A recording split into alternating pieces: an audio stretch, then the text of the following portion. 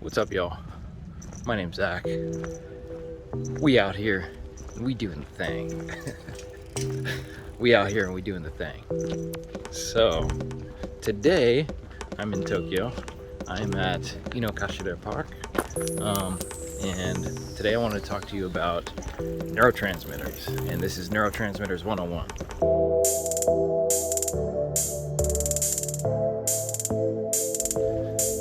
Now, neurotransmitters are very important in cellular communication within your body, within your brain. We're going to talk about three of them today. One is GABA, two, serotonin, and three, dopamine. Now, first, GABA. Now, GABA stands for gamma aminobutyric acid, and it's formed from glutamate and vitamin B6.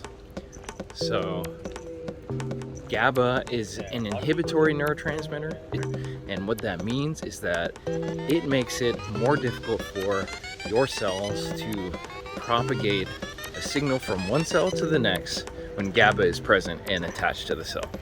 So it's an inhibitory neurotransmitter. It basically slows things down and or stops them from occurring, and it's responsible for inducing a state of calmness, and it decreases anxiety. Now, GABA also increases the amount of serotonin being produced by certain cells in the body and in the brain. Now, serotonin is formed from tryptophan. Now, tryptophan is an essential amino acid, and I want you to remember that because we're going to come back to it.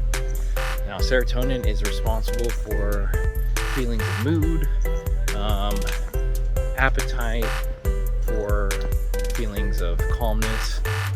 Serotonin is always referred to as the rest and digest neurotransmitter because when you have serotonin being released in your brain, you are most likely feeling relaxed and calm and maybe not super motivated to go out and do things, because serotonin actually decreases the amount of dopamine being released by dopamine producing cells.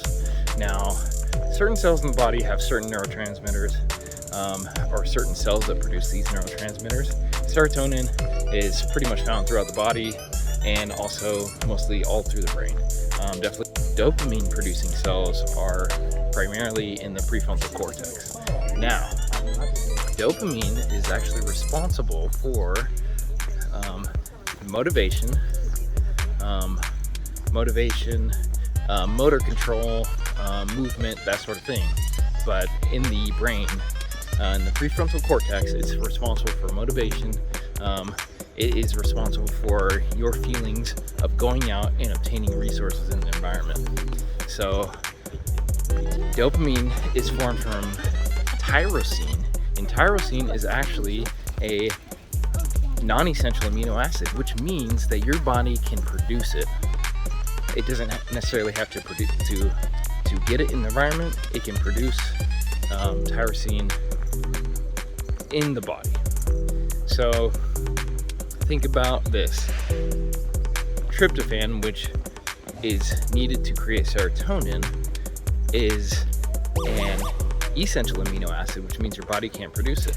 So your body is designed to go out and obtain resources, and the only way to calm that down is to obtain the resources, actually get tryptophan, and your body uses tryptophan to produce serotonin, and then serotonin induces a state of calmness in the body and allows you to sleep and eat more and relax. So isn't that interesting? So how does all this tie together? Here's what I think. And if you think about it, those three neurotransmitters, of the three, two of them increase feelings of calmness and decrease feelings of anxiety. How does dopamine, what is its role in feelings of anxiety?